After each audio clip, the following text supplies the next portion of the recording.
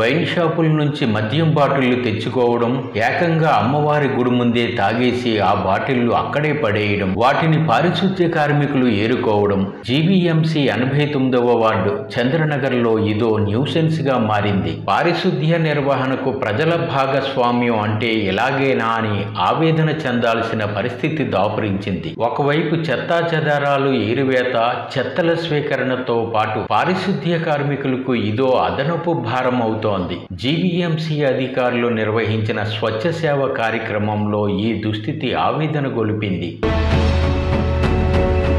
ఏక్ దిన్ ఏక్ ఘంటా ఏక్ సాధ్ పేరిట స్వచ్ఛ సేవ కార్యక్రమం గురువారం 89వ వార్డు కొత్తపాలెం, చంద్రనగర్, ఎల్లపువానిపాలెం ప్రాంతాల్లో నిర్వహించారు. ఈ సందర్భంగా sanitary supervisor KV Ramana, sanitary inspector Movvala Ramakrishna, secretary L Srinivas తదితర ఉద్యోగులు, పారిశుద్ధ్య కార్మికులతో పాటు retired sub inspector BL Rao, స్థానిక ప్రతినిధులతో zonal commissioner H Shankarrao, standing committee సభ్యుడు కార్పొరేటర్ దాడి వెంకట రమేష్ ప్రతిజ్ఞ చేయించారు.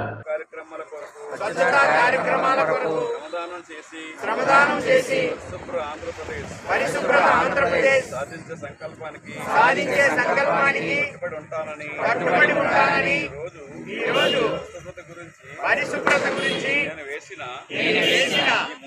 ఈ ముందడుగు ఆంధ్రప్రదేశ్ రాష్ట్రాన్ని శుభ్రపరచడంలో సహాయం చేస్తుందని నమ్ముతూ ఈ రోజు నుండి మా తోటి వారికి కూడా ప్రతి పచ్చదనమును ప్రాముఖ్యతను మరియు హరితాంధ్రప్రదేశ్ పై అవగాహన కల్పించే దిశగా ప్రయత్నిస్తానని మన ఆంధ్రప్రదేశ్ ను స్వచ్ఛాంధ్రప్రదేశ్ గా తీర్చిదిద్దేటట్లు అనంతరం 89వ వార్డులో ఉత్తమంగా విధులు నిర్వహిస్తున్న కొత్తలంక అచ్చయ్యమ్మను సన్మానించారు. ఆమెకు కార్పొరేటర్ దాడి వెంకట రమేష్ 500 రూపాయల నగదు బహుమతి అందజేశారు. అలాగే శానిటరీ ఇన్స్పెక్టర్ కేవీ రమణ 500 రూపాయల నగదు బహుమతిని జోనల్ కమిషనర్ చేతుల మీదుగా అందజేశారు. అచ్చయ్యమ్మ సేవలను ప్రశంసించారు.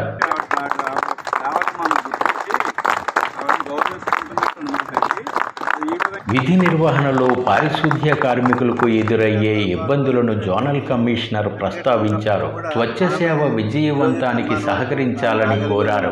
ఆవిడ చేసిన సేవ మామూలు సేవ కాదు.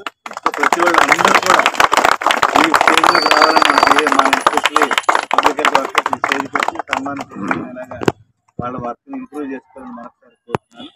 అలాగే వాళ్ళకి మెయిన్ వీళ్ళు ఎంత చేసినా కూడా మీ సహకారం లేకుంటే వాళ్ళు చేయలేరు. ఇక్కడ ఉన్న ప్రజలు కానీ అలాగే ప్రతినిధులు కానీ అలాగే జోనల్ కమిషనర్ తో పాటు కార్పొరేటర్ దాడి వెంకట రమేష్ ఇక్కడ కొద్దిసేపు శ్రమదాన కార్యక్రమం చేపట్టారు. చంద్రనగర్ పరదేశమ్మ ఆలయం సమీప గ్రౌండ్ లో చెత్తలు, మద్యం బాటిళ్లు ఏరివేశారు. ఈ ప్రాంతంలో చీకటి పడ్డాక మందుబాబుల నిర్వాహకం ఎలా ఉంటుందో ఇక్కడి పరిస్థితులు అద్దం పట్టాయి. గోపాలపట్నం పోలీసులు ఇక్కడి శాంతి భద్రతల సమస్యలపై స్పందించాలని స్థానికులు కోరుతున్నారు.